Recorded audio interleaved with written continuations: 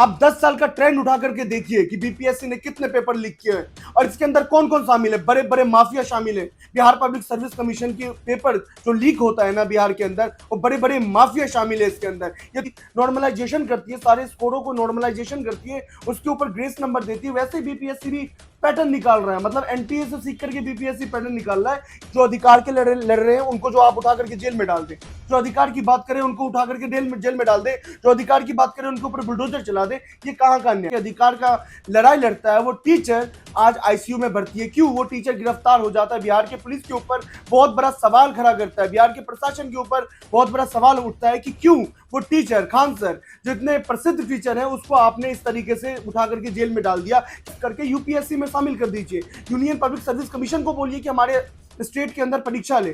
जब आपका परीक्षा लीक हो जाता है, सोचिए उन अभ्यर्थियों के ऊपर क्या बीतता होगा। अरे इनके नेताओं के बच्चे जाते हैं क्या परीक्षा देने के लिए? अरे बिल्कुल। अगर मैं आपसे बात कहूं तो ये खान सर का जो मामला है वो खान सर का मामला नहीं है, मामला पूरे देश का है। ये सिर्फ एक टीचर का मामला नहीं है बल्कि अभ्यर्थियों का भी मामला है, जिनकी जो उम्मीदें हैं वो टीचर से कहीं ना कहीं जुड़ी होती है। और एक बात बताइए मुझे, खान सर ने क्या गलत काम किया? एक बात बताइए मुझे कि जो खान सर है वो सभी के टीचर है, पूरे भारत में उनको लोग मानते हैं, अभ्यर्थी उनसे प्यार करता है, इंस्टीट्यूट उनसे प्यार करता है। और खान सर सिर्फ आज से नहीं बल्कि बहुत पहले से ही वो फेमस है और वो अपने पढ़ाने के स्टाइल को लेकर के काफी फेमस है। तो आज देखिए वो टीचर जो लोगों के हक के और लोगों के अधिकार का लड़ाई लड़ता है, वो टीचर आज आईसीयू में भर्ती है। क्यों? वो टीचर गिरफ्तार हो जाता है। बिहार के पुलिस के ऊपर बहुत बड़ा सवाल खड़ा करता है, बिहार के प्रशासन के ऊपर बहुत बड़ा सवाल उठता है कि क्यों वो टीचर खान सर जो इतने प्रसिद्ध टीचर है उसको आपने इस तरीके से उठा करके जेल में डाल दिया। क्या वो कोई बेवड़ा है? मैं आपसे पूछूंगा, आप पत्रकार हैं, क्या वो कोई बेवड़े है? क्या वो सड़क छाप बेवड़ा है जो जिसको आपने उठा दिया और उठा करके जेल में डाल दिया? भाई आप अपने परीक्षा को बीपीएससी को संभाल नहीं पाते। बिहार पब्लिक सर्विस कमीशन आपने अगर आपने मैंने भी दिया था 2020 में, आप मेरे से पूछे 2020 में गया था परीक्षा देने के लिए। जब परीक्षा दे आया मेरे अच्छे के, उसके बाद क्या होता है? परीक्षा लीक हो जाता है। लीक कहाँ होता है? इस सिस्टम में क्या है जो बीपीएससी लीक हो जाता है और यूपीएससी लीक नहीं होता? अगर आपको बीपीएससी नहीं समझती तो मैं ये कहूंगा ना कि आप आयोग बीपीएससी को निरस्त करके यूपीएससी में शामिल कर दीजिए। यूनियन पब्लिक सर्विस कमीशन को बोलिए कि हमारे स्टेट के अंदर परीक्षा ले। जब आपका परीक्षा लीक हो जाता है, सोचिए उन अभ्यर्थियों के ऊपर क्या बीतता होगा। अरे इनके नेताओं के बच्चे जाते हैं क्या परीक्षा देने के लिए? क्या नेताओं के बच्चे बीपीएससी देते हैं? क्या नेताओं के बच्चे डीएम कलेक्टर बनते हैं? नहीं बनते, क्योंकि वो इस परीक्षा में देना ही नहीं चाहते। बल्कि परीक्षा ये जो लीक करके ये क्या एक साबित करना चाहता है? बिहार बीपीएससी हमेशा से लीक होता है। और आज देखिए बीपीएससी अपने पैटर्न में जो बदलाव कर रहा था, जिसमें नॉर्मलाइजेशन किया जा रहा था, जो अलग अलग, पहले आपने ये गौर किया होगा जब आप बीपीएससी देने के लिए जाते होगे तो एक ही प्रणाली के अंदर होता है, यानी कि एक ही शिफ्ट में पूरा पेपर खत्म हो जाता है। यानी कि जितने भी बच्चे थे 20 लाख 15 लाख वो एक ही शिफ्ट में खत्म करते पेपर। लेकिन अब उन्होंने नया पैटर्न क्या जोड़ा कि भाई हम तो 2 शिफ्ट में पेपर लेंगे, 2 शिफ्ट में भी पेपर लेंगे। तो एनटीए जैसे नेशनल टेस्टिंग एजेंसी नॉर्मलाइजेशन करती है, सारे स्कोरों को नॉर्मलाइजेशन करती है, उसके ऊपर ग्रेस नंबर देती है, वैसे ही बीपीएससी भी पैटर्न निकाल रहा है। मतलब एनटीए से सीख करके बीपीएससी पैटर्न निकाल रहा है। इससे शायद आहत तो होंगे ही ना भाई। इससे हर एक आदमी का एक अलग अलग सिस्टम होता है, हर एक आदमी का अलग अलग पेपर देता है। अभ्यर्थी अपने अपने पेपर देते हैं, अभ्यर्थी काबिलियत के आधार पर पेपर देते हैं, तो वो भी ये चाहेंगे कि काबिलियत के हिसाब से मार्क्स मिले उनको, ना कि नॉर्मलाइजेशन करके मार्क्स दे दिया जाए एनटीए की तरह, ग्रेस मार्क्स दीजिए।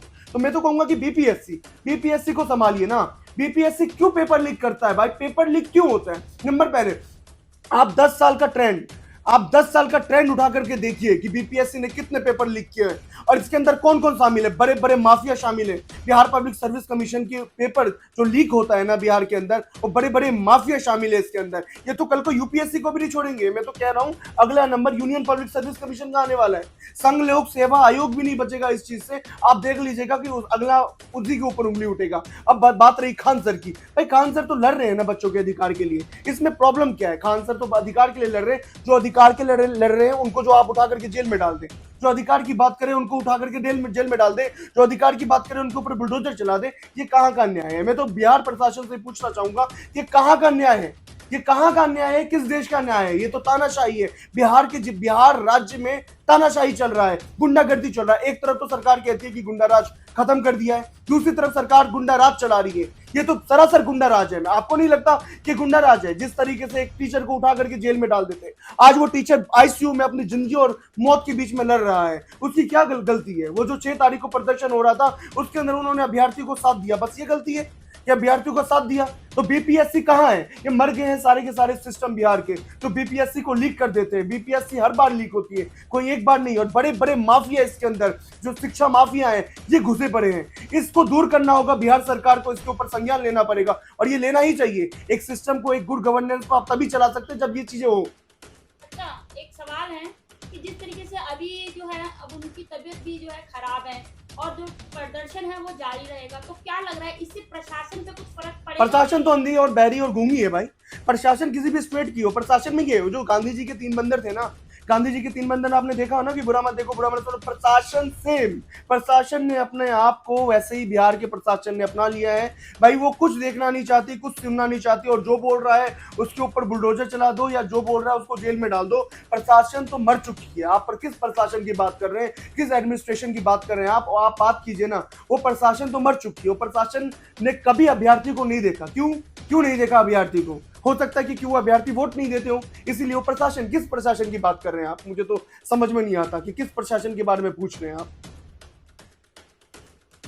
तो अब आप क्या संदेश देना चाहेंगे उन खान अध्यापक के लिए, टीचर के लिए, जो उन स्टूडेंट के लिए लड़ाई लड़ रहे हैं और आज आईसीयू में मैं तो एक ही बात बोलूंगा कि प्रशासन के ऊपर उम्मीद छोड़िए, और प्रशासन के ऊपर उम्मीद हटा करके खान सर को डटना पड़ेगा, खान सर को उठना पड़ेगा और एक हिम्मत करनी पड़ेगी, एक आखिरी हिम्मत करनी पड़ेगी। जो चाह रहे हैं कि भारतीय बीपीएससी जो है, वो चाह रहे हैं कि बीपीएससी में बदलाव हो, वो चाह रहे हैं कि बीपीएससी एक सुरक्षित बने भाई। वो पूरे बच्चों को पढ़ाते हैं, वो इंस्टीट्यूट में पढ़ाते हैं, वो बीपीएससी की तैयारी कराते हैं। तो मैं एक ही चीज बोलूंगा कि बीपीएससी की तैयारी कराने वाले उठो और उठ करके उन अभ्यर्थियों का साथ दो जिस अभ्यर्थियों के खिलाफ आप लड़ रहे थे, जिस अभ्यर्थियों को लेकर के लड़ रहे थे। एक बार आपको उठना चाहिए आईसीयू से, और एक बार आप उठ करके इन बीपीएससी का सिस्टम आप बदलो और चेंज करो।